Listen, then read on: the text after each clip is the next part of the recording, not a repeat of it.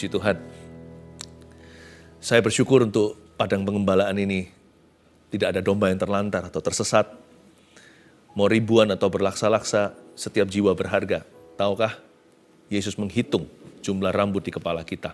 He knows where you are, who you are. Dia kenal Anda siapa, dari mana, apa yang Anda gumulkan. Yang pasti, hidup yang digembalakan oleh Tuhan Yesus, itu kaya dengan yang namanya tuntunan. Anda nggak akan dibiarkan, ditelantarkan. Karena itu, mari kita sekarang baca firman Tuhan, keluar dari mulut saya, Roh Kudus sudah siap berkata-kata, dan lebih dari itu, dia akan mengubah hidupmu. Mari buka bersama dengan saya di kitab Roma, pasal yang ke-12. Buka aja dulu, Roma 12, ayat 9 sampai 21. Sebenarnya ini adalah sisa firman yang saya bagikan kemarin hari Minggu, waktu saya onsite di Gereja Mawar Sharon, Surabaya Barat. Yaitu di gereja kami yang di Surabaya. Saya janji sama jemaat, karena seri pengajaran kitab Roma itu dalam sekali, saya bilang nanti yang saya nggak bisa selesaikan ini adalah berkat untuk saat teduh. Dan Anda kalau juga belum onsite, kalau memang sudah siap, maka saya undang Anda untuk ikut ibadah ya. Besok Minggu saya lanjutkan kitab Roma. Ini masih hari Rabu kan? Nanti Minggu besok hari Minggunya saya akan selesaikan kitab Roma 13 sampai 16. Dan juga cari gereja kalau Anda belum bergereja. Gereja kami ada di mana-mana, tinggal lihat aja langsung di infonya. Semua sudah tertera. Internet itu membuat semua informasi lengkap adanya.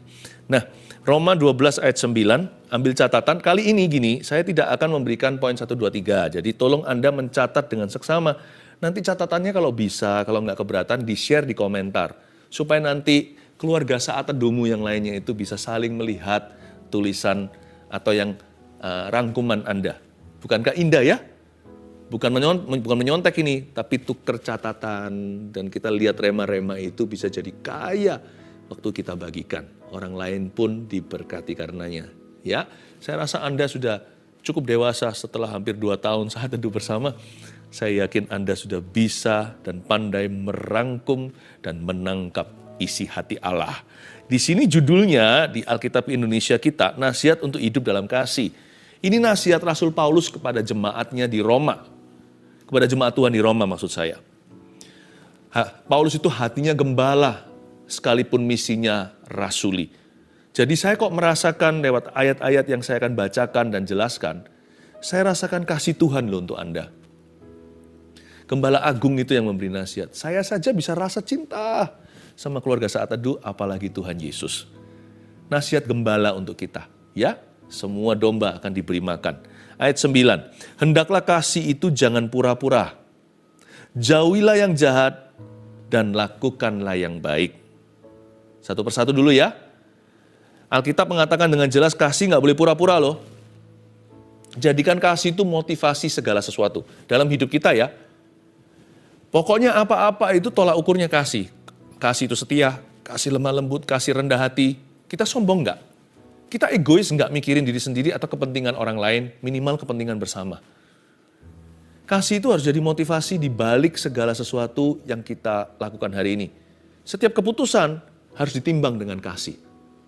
Bukan kasih kita, cinta kita. Kalau cinta kita ya terbatas ya. Kalau musuh, saya nggak kasih. Kasih Yesus.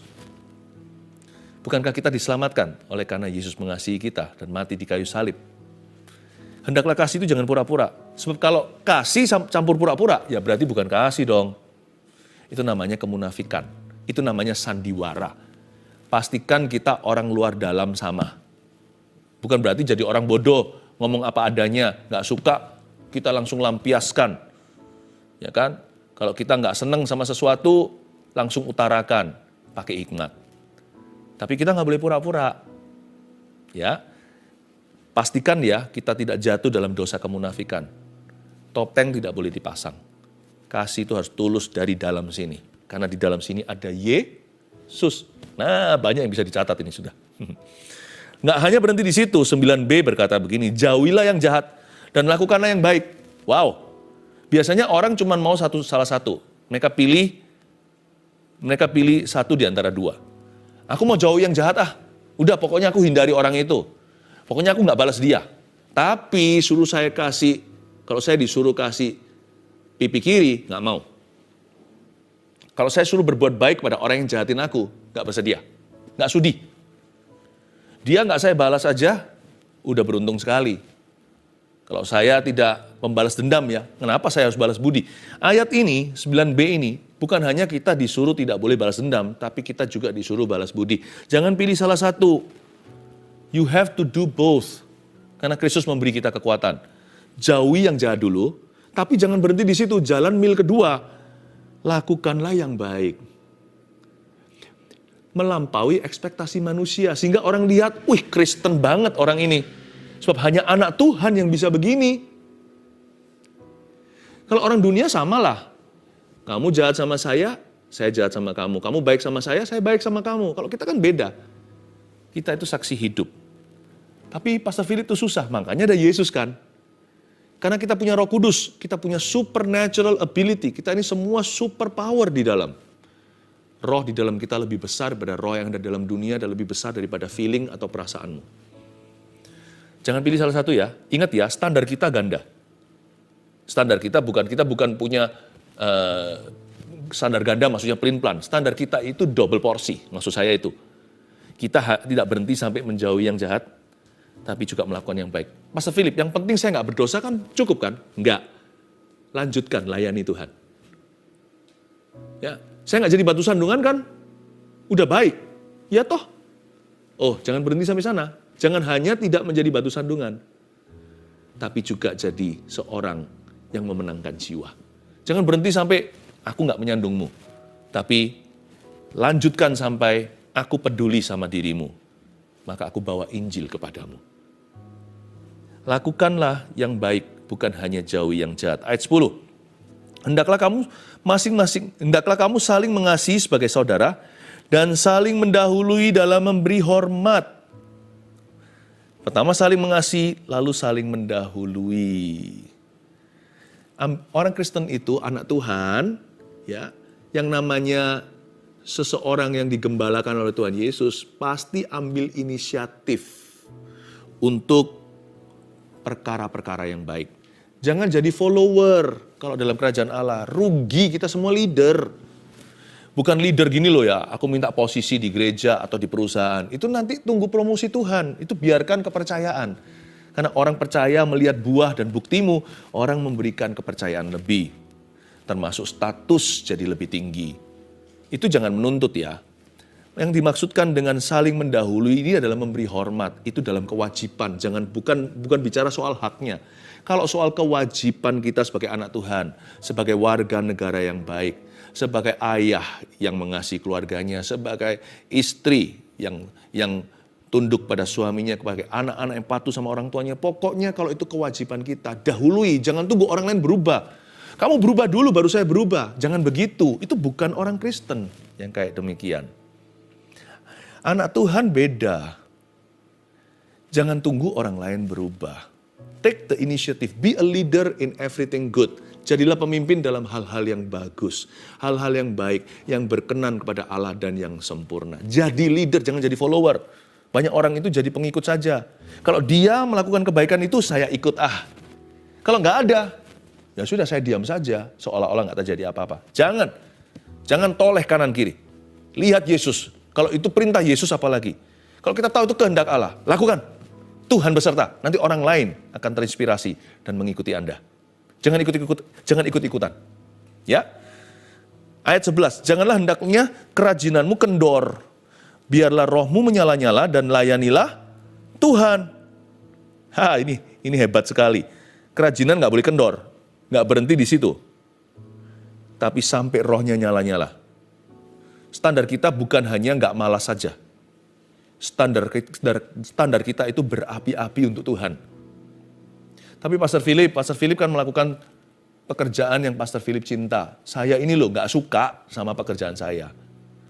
Anda mungkin tidak mengerjakan yang Anda suka. Tapi Anda punya pilihan untuk bisa suka dengan pekerjaan Anda. I may not do what I love, but I must love what I do. Ya, pekerjaan ini nggak ideal bagi aku, bayaran nggak seberapa, mungkin Anda berpikir demikian. Tapi kalau ini dari Tuhan, aku akan belajar mencintainya. Pikir-pikir banyak orang nggak punya kerja. Ini bukan pekerjaan yang kuidamkan, bahkan yang bukan kudoakan. Ya nggak apa-apalah. Aku belajar untuk mencintai pekerjaanku. Jikalau pekerjaan yang kumiliki ini bukanlah idaman. Biarlah rohmu menyala-nyala itu, be passionate, bergairahlah. Saya suka kata menyala-nyala di dalam bahasa Yunaninya itu ada unsur boiling. Pernah masak air, kalau betul-betul mendidih itu air sudah bersih. Jangan sampai rohmu itu setengah-setengah. Berapi pun nggak cukup, harus berapi-api. Sampai mendidih, apapun yang kau kerjakan, bergairahlah, mendidihlah untuk itu. Tapi kan perkara kecil. Nah, perkara kecil aja Anda mendidih. Apalagi perkara besar. Wah, Tuhan pasti bekerja hebat melalui hidupmu. Kalau perkara sederhana Anda tidak bergairah, Tuhan berkata, nanti saya kasih yang besar. Kalau kecentok masalah, ngomel nanti. Bukan pekerjaannya, rohmu. Kerajaan sorga bukan tempat untuk orang malas. Church is not a place for lazy people. Church is for sinners. Gereja adalah untuk orang berdosa yang datang lalu ditransformasi oleh Tuhan. Yang malas jadi rajin. Yang suka nyolong jadi jujur. Ya kan? Yang suka bohong, ya jadi jujur sama ya. Ya, yang suka berantem jadi peacemaker atau menjadi pembawa damai. Biarlah rohmu menyala-nyala dan layanilah Tuhan. Maksudnya layani Tuhan, apapun yang Anda kerjakan, ingat 5 jari di tangan saya atau di tangan Anda. I do this for Him. Apapun yang Anda kerjakan, ingatlah Anda sedang melayani Tuhan. Melayani Tuhan itu bukan hanya di gereja. Whatever you do, selama itu bukan kriminalitas, itu bukan kejahatan, itu bukan dosa. Whatever you do, apapun yang Anda kerjakan dan lakukan, Anda sedang melayani Tuhan. Bergairahlah, menyalalah to the boiling point, sampai mendidih di dalam jiwa. Ayat 12, bersukacitalah dalam pengharapan, sabarlah dalam kesesakan, dan bertekunlah dalam doa. Dalam ya, saya coba kupas ya. Hati-hati ya, ikuti saya dengan seksama. Bersukacitalah dalam pengharapan. Tidak dikatakan oleh Paulus, bersukacitalah dalam hasil akhirnya. Dia berkata rejoice in hope, bukan rejoice in results. Orang biasanya sukacita kalau sudah ada hasil, atau berpenghasilan, atau jikalau sudah menghasilkan pohon arah berbunga. Pohon anggur ada buahnya, ada lembu domba di kandang saya. Wah, saya bersukacita. No, Paulus berkata, tidak ada kalimat yang iseng atau huruf satupun yang tiada artinya. Paulus dengan jelas diinspirasi Roh Kudus menulis begini, bersukacitalah dalam pengharapan. Rejoice in hope, artinya keep on hoping, dengan mata tertuju ke Yesus terus. Keep on hoping sekalipun masih gigit jari sampai hari ini. Yang kuharapkan belum terjadi, malah sebaliknya yang kutakutkan seolah-olah kejadian. Keep on hoping, bersukacitalah dalam pengharapan.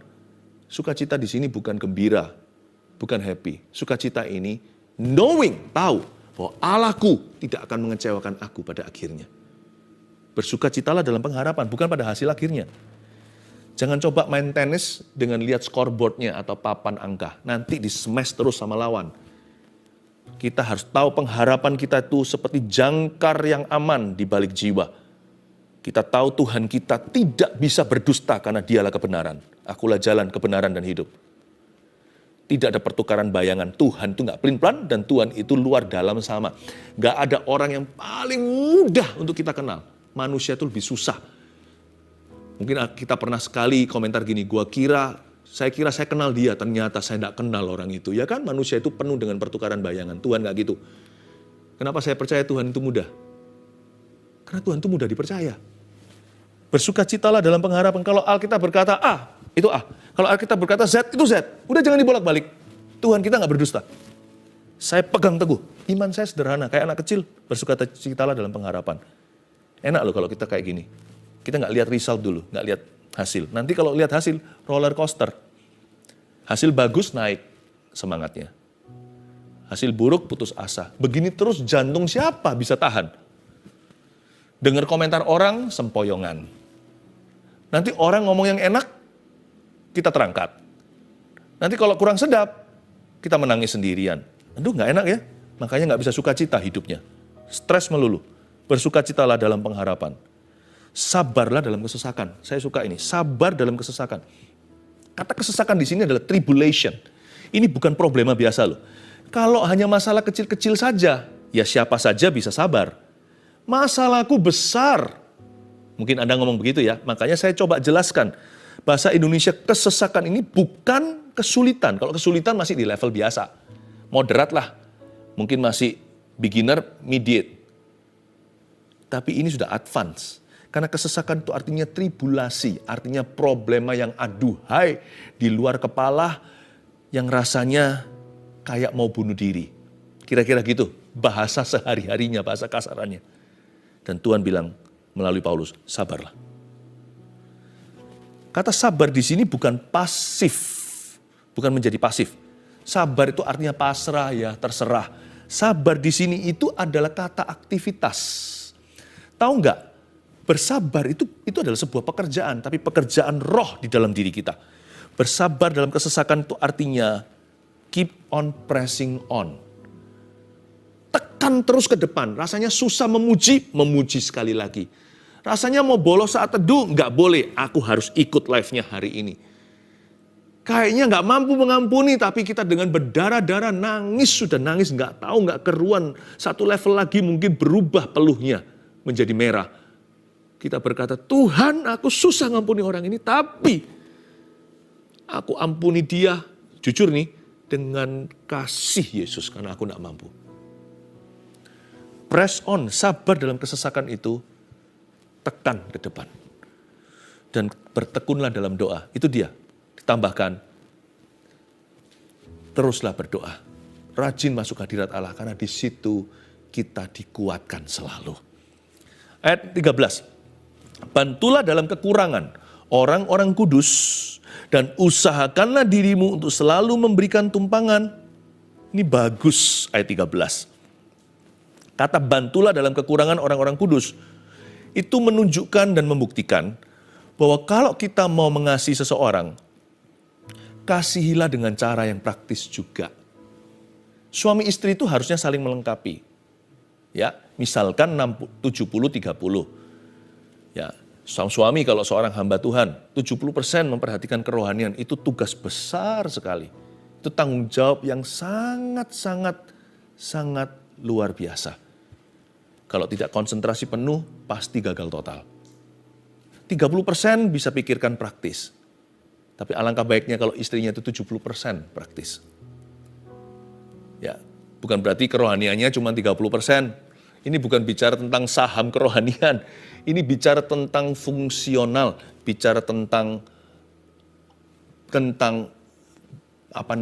impact ya, atau dampak anak Tuhan. Kalau Anda suami istri, kalau suaminya lagi berdoa, istrinya pikirkan gimana secara praktis jadi berkati orang. Kalau sebaliknya istrinya sedang sembahyang, sang suaminya pikirkan apa yang praktis bisa bantu orang di kanan kiri. Maksudnya begini loh, ayat ini bukan tentang suami istri sih, pada dasarnya tentang individu, pribadi lepas pribadi.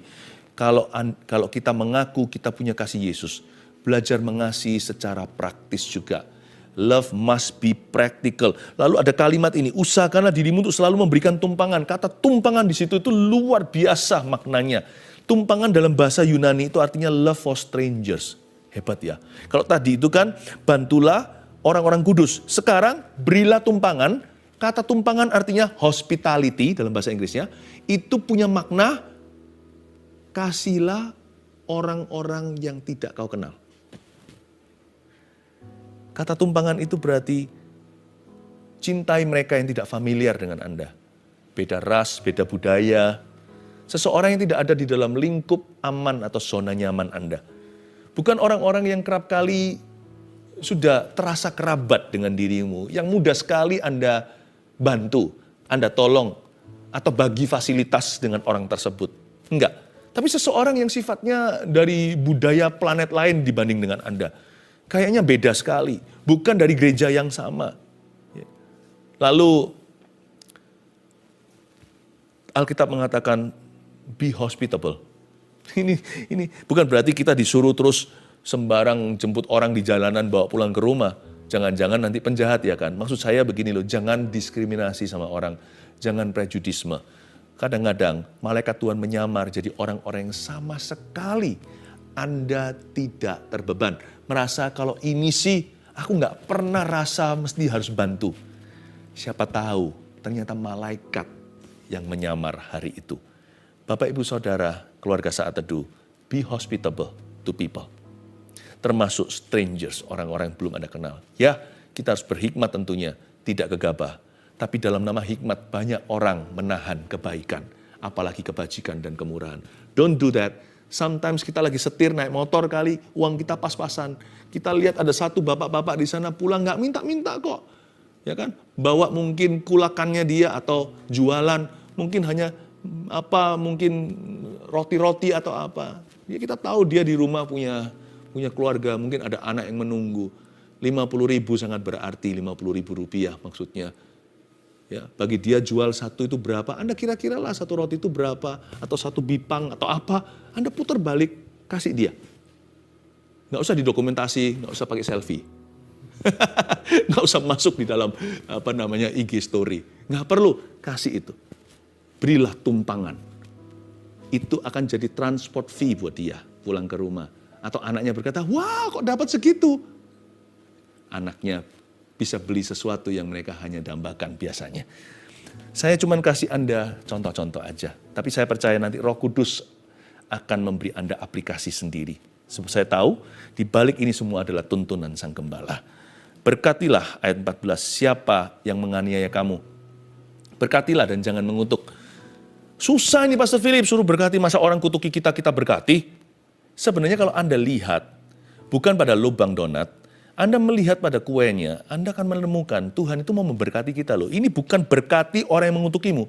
Tuhan berkati dirimu dulu. Bagaimana kita bisa berkati orang lain kalau kita sendiri tidak terlebih dahulu diberkati? Coba, kalau mau curiga itu curiga ilahi.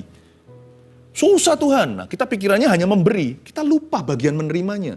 Kita bisa memberi karena kita terlebih dahulu menerima, ya kan? Kita bisa mengasihi sesama kita karena Tuhan terlebih dahulu mengasihi dan melayani. Kalau saya baca gini, saya tertawa. Saya berkata, Tuhan itu selera humornya tinggi. Dan hikmatnya itu dalam. Tak terselami pengetahuan Allah. Berkati siapa yang menganiaya kamu.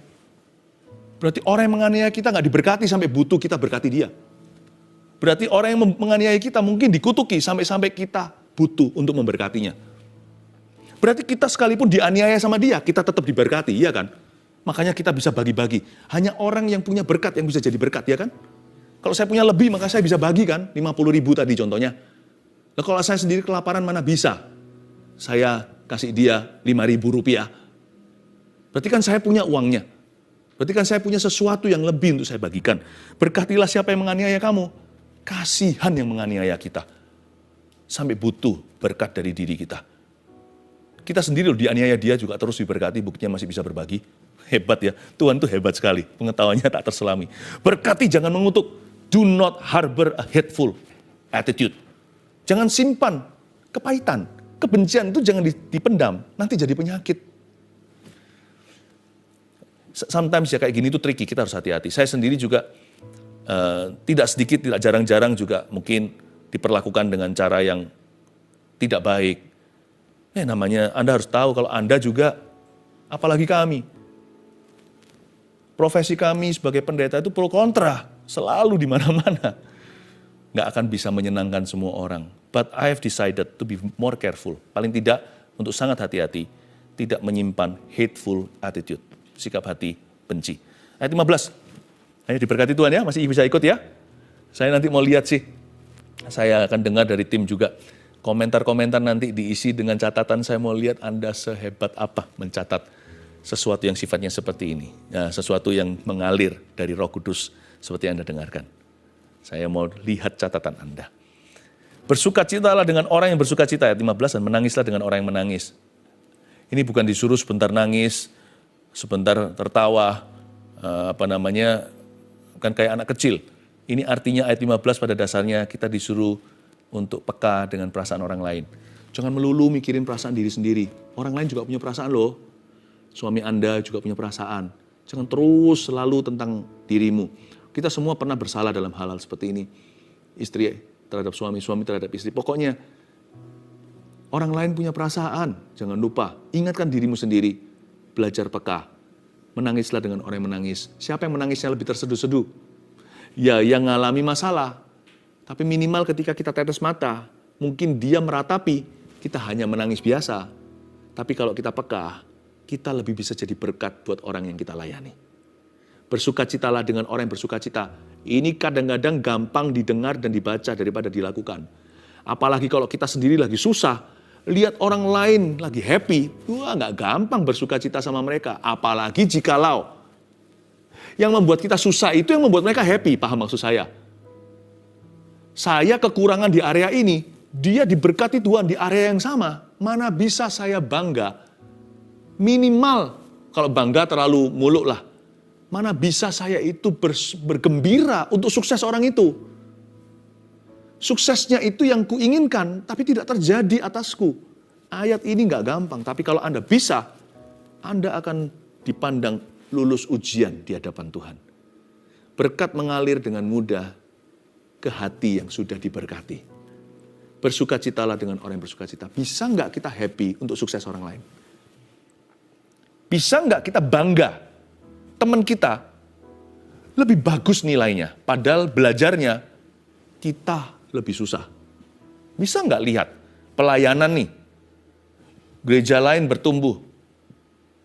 Apakah kita jadi takut, terancam, atau kita bisa berkata, haleluya, rasanya aku bisa belajar dari pelayanan orang itu. Orang yang begitu bisa improve loh, bisa maju. Itu yang saya sebut forward mentality, itu yang saya sebut mentalitas maju. Ya, nggak picik hati. Mana bisa orang jadi besar kalau hatinya kecil? Coba. Mau jadi orang besar di mata Tuhan, mulai dulu dengan memiliki kapasitas yang besar di hati. Bersukacita untuk berkat orang lain. Ketika orang lain dipakai Tuhan mendahuluimu atau melebihimu. Ayat 16, hendaklah kamu sehati sepikir dalam hidupmu bersama. Janganlah kamu memikirkan perkara-perkara yang tinggi. Tetapi arahkanlah dirimu kepada perkara-perkara yang sederhana. Oh, I love this, ayat 16. Pertama disuruh sehati sepikir kan. Tapi nggak mungkin orang bisa bersatu. Sebab persatuan itu bukan acara atau program manusia. Persatuan itu dimulai dengan kerendahan hati. No humility, no unity. Sudahlah, susah. Mau tahu kenapa persatuan yang asli itu susah? Karena hati orang itu sombong. Coba kalau seluruh dunia itu rendah hati, dengan mudah kita bisa saling menerima. Makanya itu Paulus langsung bergeser seolah-olah bicara hal yang lain. Padahal itu sebenarnya sangat berhubungan. Terhubung sangat erat yang namanya humility dengan unity. Dia berkata, jangan kamu memikirkan perkara-perkara yang tinggi ya. Ini bukan berarti tidak boleh punya visi. Tapi jangan muluk-muluk. Sampai perkara sederhana, Anda tidak selera. Jangan kamu memikirkan perkara yang tinggi, tetapi arahkanlah dirimu, disuruh arahkan kepada perkara-perkara yang sederhana. Bahasa Inggrisnya bagus sekali. Associate with the humble. Yang rela gitu loh bergaul dengan orang yang Anda anggap di bawah Anda. Secara usia, anak muda tahu apa. Sebenarnya itu bukan hinaan, itu sanjungan. Kelihatannya anak muda dihina, padahal Anda sedang menyanjung hikmat Anda. Ini loh, om ini loh sudah makan asam garam. Orang angkuh tidak akan bisa lihat potensi dalam diri orang lain.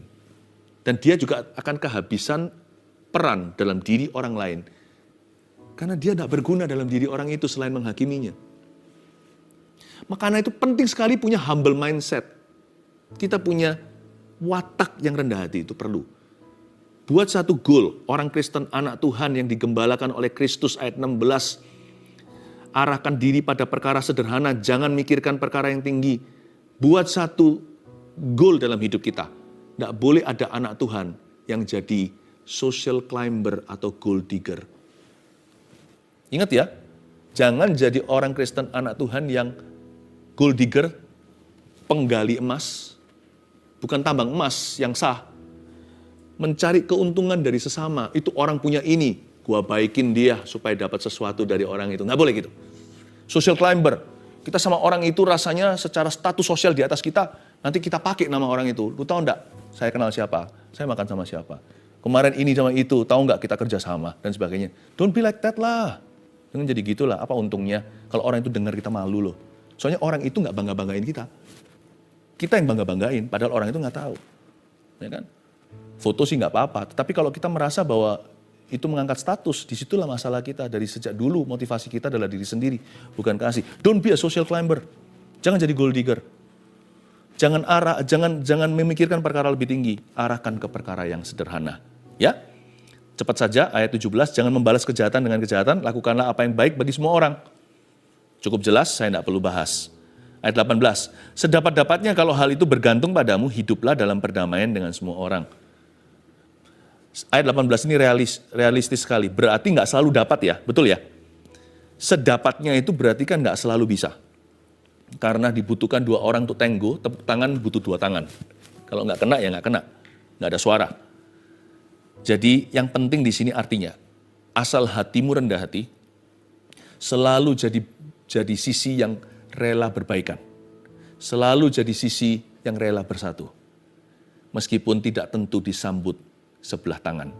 Berarti kita nggak selalu dapat, as strong as we are the willing party, selama kita berada di sisi yang bersedia untuk berdamai dengan siapa saja. Tapi tentu sampai kapanpun pasti ada orang-orang yang tidak akan mau berdamai atau bersatu denganmu. Ya sudah, apa boleh buat? Anda hanya lakukan bagian Anda. Terakhir, ayat 19 sampai 21. Saudara-saudaraku yang kekasih, janganlah kamu sendiri menuntut pembalasan, tetapi berilah tempat kepada murka Allah. Sebab ada tertulis, pembalasan itu adalah hakku. Akulah yang akan menuntut pembalasan, firman Tuhan. Tapi jika seterumu lapar, berilah dia makan. Ingat, bukan hanya jauh yang jahat. Jika ia haus, berilah dia minum. Dengan berbuat demikian, kamu menumpukkan bara api di atas kepalanya. Wow, janganlah kamu kalah terhadap kejahatan, tapi kalahkanlah kejahatan dengan kebaikan. Komentar saya sederhana untuk 19-21. Destroy at least some of your enemies by making them your friends. Kita bisa hancurkan musuh-musuh kita, bukan dengan pedang seperti Petrus potong kuping, tapi kita bisa hancurkan permusuhan dengan minimal menjadikan sebagian musuh-musuh kita akhirnya menjadi teman. Bukankah ayat firman Tuhan berkata seperti ini, jikalau jalan hidup seseorang itu berkenan, musuh orang itu pun akan didamaikan dengan dia. Buat kecele musuh-musuhmu ketika Anda taruh bara api di kepala dan berbuat baik. Mereka bisu 1001 kata gara-gara perbuatan baikmu. Minimal mereka akan lihat buah Anda. Jikalau mereka tidak kena imbasnya, kebajikan kemurahan yang langsung dari tanganmu, minimal mereka melihat buahmu dan berkata, ups. Dan beberapa, karena Anda bisa interaksi langsung, akan merasakan kasih Yesus secara praktis lewat hidup Anda. Sehingga buyarlah kesenangan neraka. Neraka kirim 100 musuh kepadamu. Hanya berhasil 25, itu pun tidak tancap panah. 75 jadi temanmu pada akhirnya. Menjadi pendukungmu. Menjadi orang yang berkata, I support you, my brother. Dia berkata, Anda berbeda. Kalau Anda bisa hidup seperti itu yang disebut memuliakan Allah. Saya juga kepingin sih hidup demikian rupa. Mari kita sama-sama terima nasihat Tuhan ini dan taruh di dada kita, Yesus sudah berbicara, hidupmu akan berubah. Haleluya.